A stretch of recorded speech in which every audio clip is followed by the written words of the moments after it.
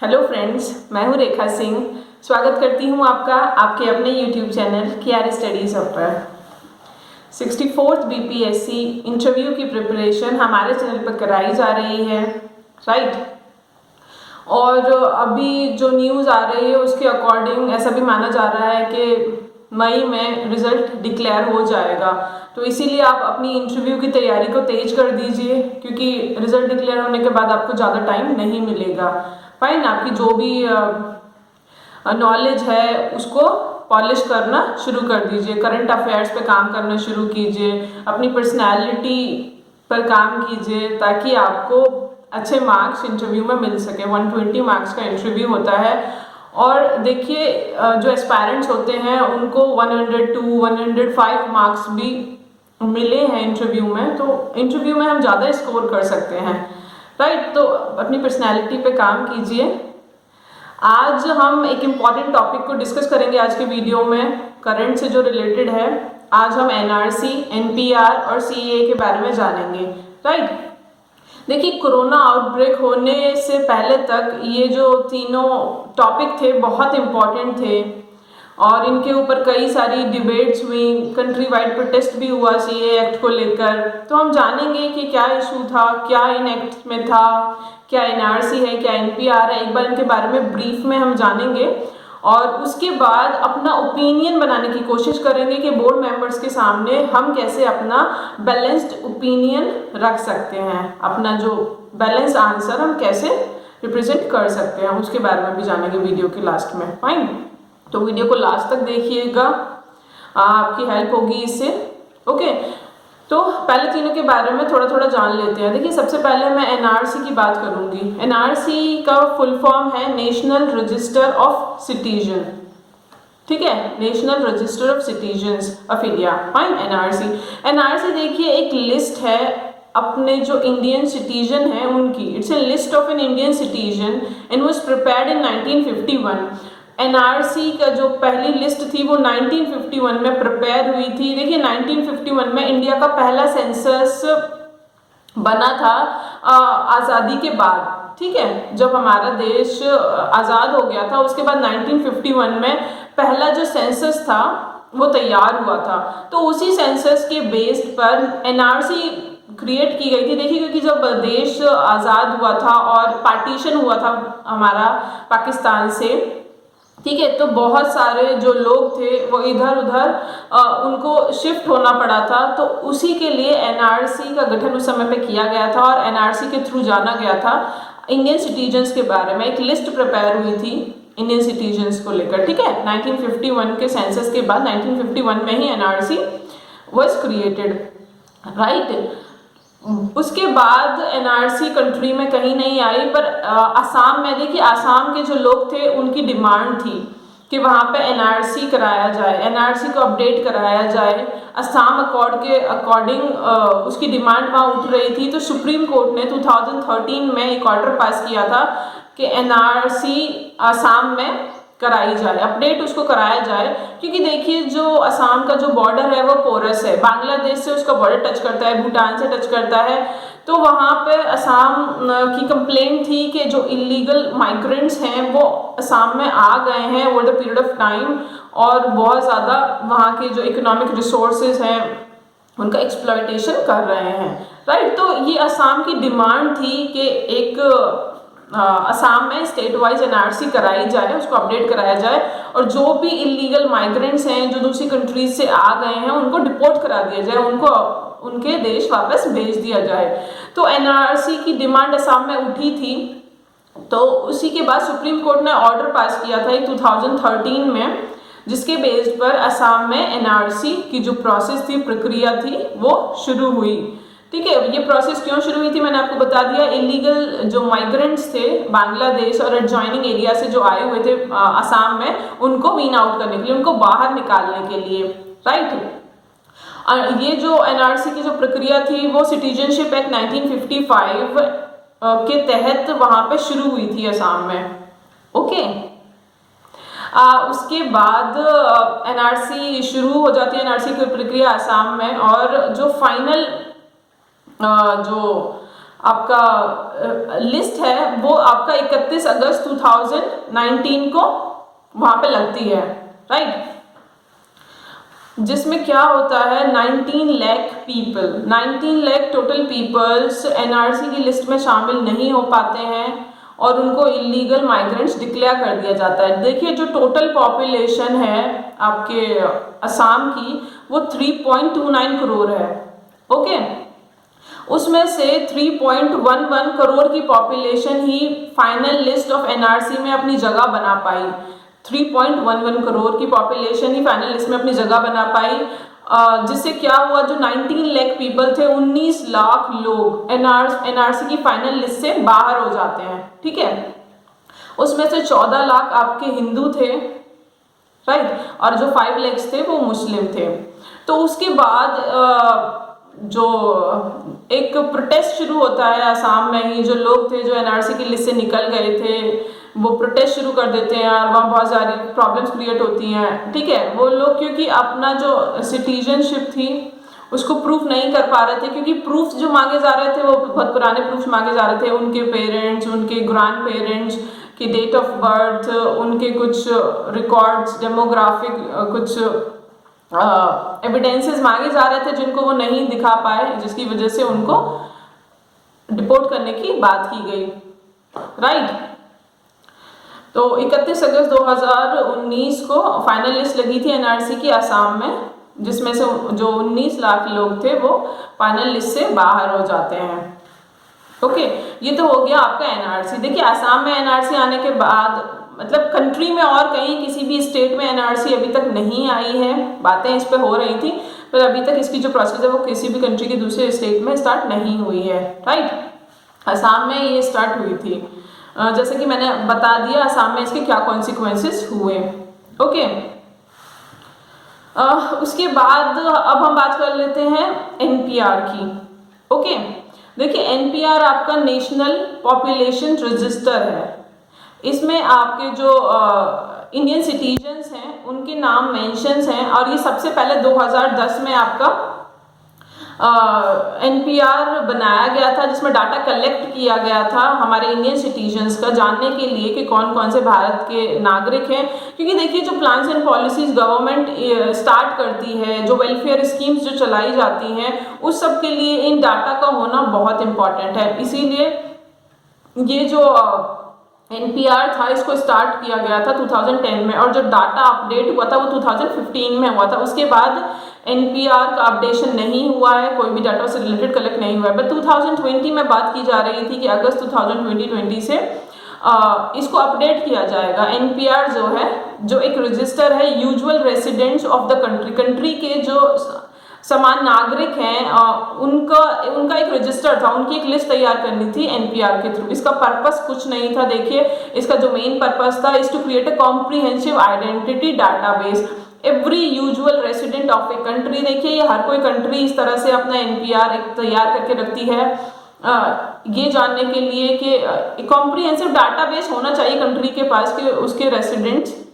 कौन कौन उसके रेसिडेंट हैं। इसमें देखिए जो पहले इस एनपीआर के लिए सिर्फ डेमोग्राफिक पर्टिकुलर्स को लिया जाता था, मतलब ये सब जाना जाता था कि वो उनकी डेट ऑफ बर्थ क्या है, उनके पेरेंट्स कौन है और हेड ऑफ द फैमिली कौन है, तो बेसिक डिटेल्स पूछी जाती थी। पर जो 2020 में जो बात हो रही है एनपीआर के अपडेशन की, उसमें आपका डेमोग्राफिक पर्टिकुलर्स के अलावा आपका बायोमेट्रिक्स पर्टिकुलर्स भी मांगे जा रहे हैं, बायोमेट्रिक्स भी मांगे जा रहे हैं जो आधार के समय में मांगे जाते हैं। आपका रेटिना स्कैन होता है, उसके बाद आपके फिंगरप्रिंट लिया जाता है, उस तरह से जो बायोमेट्रिक्स आधार अपडेशन में मांगे जाते हैं उसी तरह से एनपीआर में ये सब मांगा जा रहा है। तो जिसकी वजह से लोगों के मन में एक डाउट क्रिएट हो गया, ठीक है। लोग सोचने लगे कि बायोमेट्रिक्स क्यों मांगे जा रहे हैं, और लोगों ने विरोध करना शुरू किया और देने से भी मना किया गया, ठीक है। That is your NPR. इसके बारे में अभी हम डिस्कस करेंगे कि इसका क्या फलसफा निकल के आया और क्या गवर्नमेंट का उद्देश्य था। उसके बाद सीएए की बात कर लेते हैं, राइट। आपका देखिए जो सीएए था वो आपका, इसको हम सिटीजनशिप अमेंडमेंट बिल कहते हैं, आपका नागरिकता संशोधन कानून, एक्ट बन गया है, पहले बिल था अब तो एक्ट बन गया है। देखिए 12 दिसंबर 2019 को इसको पार्लियामेंट ने पास कर दिया था और प्रेसिडेंट की अप्रूवल मिलने के बाद ये आपका एक्ट बन गया था, कानून बन गया था, नागरिकता संशोधन कानून, राइट, ठीक है। देखिए सीएए में क्या था, मेन जो फीचर्स थे वो सीएए के क्या थे। सीएए देखो आपका 3 कंट्रीज से, आपका पाकिस्तान, बांग्लादेश और अफगानिस्तान से जो नॉन मुस्लिम जो रेसिडेंट्स थे वहाँ के, जो इलीगली इंडिया में एंटर कर गए थे 31 दिसंबर 2014 से पहले विदाउट वीज़ा, ठीक है, उनमें 6 रिलीजन को इंक्लूड किया था गवर्नमेंट ने। 6 धर्म थे मेनली, आपका सिख धर्म, हिंदू, क्रिश्चियन, जैन, बुद्धिस्ट और पारसीज, ठीक है, आपके 6 धर्म थे total.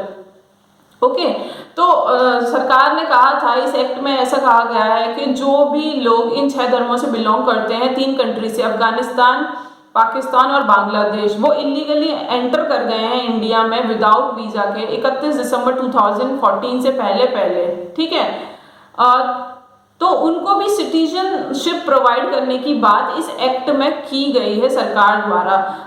They can also have, अगर वो आपके कंट्री इंडिया में रहे हैं फॉर मोर देन 5 ईयर्स, ठीक है, 31 दिसंबर 2014 से पहले अगर वो इंडिया में एंटर कर गए विदाउट वीज़ा के और उसके बाद वो 5 साल तक इंडिया में रहे हैं, ठीक है, तो वो इंडियन सिटीजनशिप के लिए अप्लाई कर सकते हैं, ऐसा इस एक्ट में कहा गया है।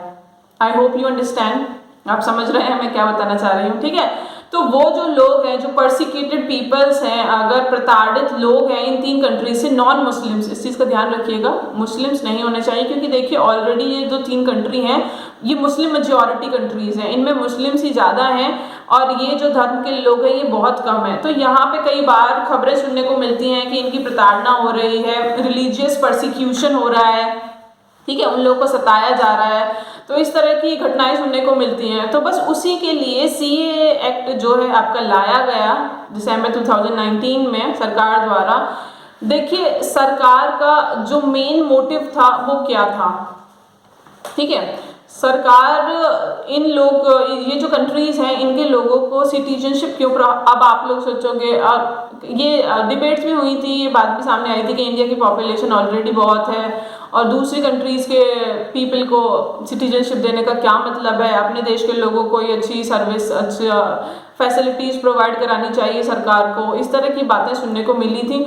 बट देखिए इंडिया आपका एंशियंट टाइम से, प्राचीन काल से ही और बहुत ज़्यादा उदार देश रहा है, उसने हमेशा शरणार्थियों की मदद की है, लोगों का सहायता की है समय समय पर, ठीक है, तो इसीलिए इंडिया अपनी इस क्वालिटी के लिए वर्ल्ड वाइड जाना जाता है। तो इसीलिए इसको एक पॉजिटिव साइन के तौर पर भी ले सकते हो। It signifies a positive and opportunistic chance in the refugee policy of India. देखिए इंडिया की जो रिफ्यूजी पॉलिसी है उसका ये अपॉर्चुनिस्टिक पार्ट है, आप इसको ऐसे भी देख सकते हो। It would be beneficial to the persecuted minorities, जो भी परसिक्यूटेड माइनॉरिटीज हैं इन 3 कंट्रीज से, 6 रिलीजन से जो बिलोंग करते हैं, उनको इंडिया सिटीजनशिप देने की बात कर रही है, ठीक है। तो ये एक तरह से अच्छा साइन है, it's not a bad sign, it's a good sign, क्योंकि इससे एक अच्छा जेस्चर जा रहा है, बाहर कंट्रीज में इंडिया की एक अच्छी इमेज क्रिएट हो रही है, राइट। तो इंडिया का एक नैतिक धर्म भी है। देखिए इंडिया का जो बॉर्डर है वो पोरस है, बहुत सारे कंट्री से लगा हुआ है, हमारे कई सारे नेबर्स हैं, राइट। तो it's in India's moral obligation also to provide shelter to them. India का मोरल ऑब्लिगेशन भी बन जाता है कि जो परसिक्यूटेड माइनॉरिटीज़ हैं, जिनके ऊपर उत्पीड़न हो रहा है इन 3 मुस्लिम कंट्रीज़ में, तो उनको सिटीजनशिप प्रोवाइड कराना। तो इसी के लिए गवर्नमेंट सीए एक्ट को लेकर आई और सरकार ने सिटीजनशिप देने की बात की, राइट। पर इसका कंट्री वाइड बहुत विरोध हुआ, लोगों ने इसका बेहताशा विरोध किया और कई जगह पब्लिक प्रॉपर्टी को डैमेज किया गया। तो इस तरह से कई सारी चीज़ें सामने आई। और देखिए कोरोना आउटब्रेक होने से पहले तक इसका विरोध हो रहा था सीए एक्ट का, हम सभी जानते हैं, बहुत सारे धरना प्रदर्शन हुए, ठीक है। जो मुस्लिम मेजॉरिटी जो कम्युनिटी थी वो इसका विरोध कर रही थी, पुरजोर इसका विरोध हुआ था, ठीक है। क्योंकि इसमें जो मुस्लिम पीपल थे उनको लेने की बात नहीं की थी, उनको सिटीजनशिप प्रोवाइड कराने की बात नहीं की थी इन 3 मुस्लिम मेजॉरिटी कंट्रीज से, ठीक है। अलग जो 6 धर्म थे उनको सिटीजनशिप प्रोवाइड करने की बात की थी। कुछ लोग एनआरसी को और सीए को लिंक कर कर भी देख रहे थे, क्योंकि देखिए जो एनआरसी असम में कराई गई थी उसमें जो 19 लाख लोग भारत से जो फाइनल एनआरसी थी उससे जो बाहर कर दिए गए थे उसमें से 14 लाख आपके हिंदू थे और सिर्फ 5 लाख ही आपके मुस्लिम्स थे। तो कुछ लोगों ने कहा कि जो सीए है वो सरकार इसलिए लेकर आई है क्योंकि एनआरसी के थ्रू उनसे भूल हो गई, उनसे गलती हो गई, ठीक है।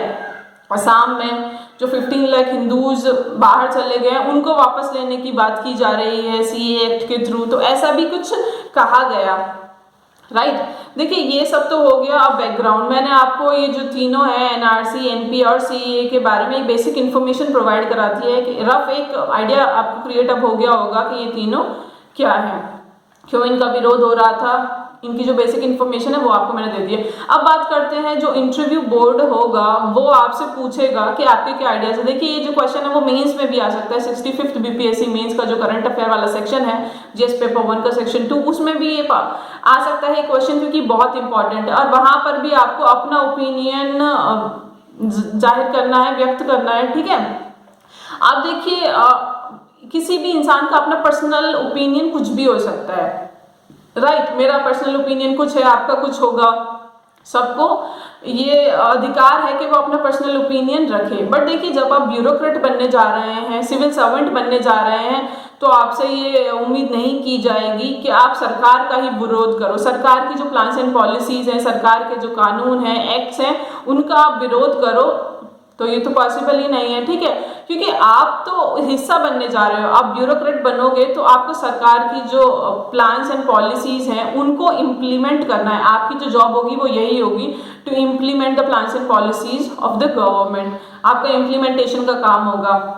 तो देखिए बोर्ड मेंबर्स आपसे पूछेंगे कि आपका क्या ओपिनियन है, आप क्या समझते हो सीए से, और आपका पर्सनल ओपिनियन क्या है, क्या इस एक्ट के थ्रू कुछ गलत हुआ है, इस तरह से क्वेश्चंस पूछे जाएंगे आपसे, ठीक है। तो देखिए आपको यहाँ पे पॉजिटिव रहना है और कोई भी एक्सट्रीम वर्ड्स का इस्तेमाल नहीं करना है। आपको पॉजिटिवली जो क्वेश्चन है उसको हैंडल करना है, बैलेंस्ड आंसर आपको देना है। देखिए आपका क्विक डिसीजन मेकिंग और आपका जो रेशनल माइंड है वो आपकी हेल्प यहाँ करेगा। कुछ स्टूडेंट्स पूछ रहे थे कि काउंटर क्वेश्चनिंग होती है तो उसके बारे में भी प्रिपेयर करा दीजिए। देखिए उसके बारे में तो पहले से प्रिपेयर नहीं किया जा सकता, क्योंकि मुझे नहीं पता है कि बोर्ड मेंबर्स आपसे क्या पूछेंगे एट दैट टाइम।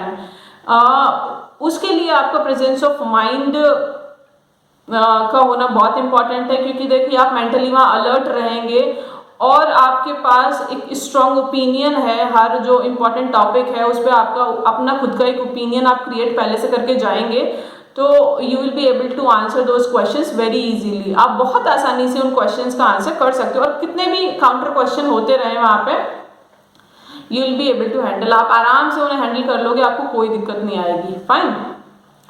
तो बात यहाँ आती है सीए की, आपसे पूछा जाएगा कि आप बताइए अपने व्यूज़ क्या हैं, आपको क्या लगता है कुछ गलती हुई है और क्या सुधार की संभावना है, इस तरह से।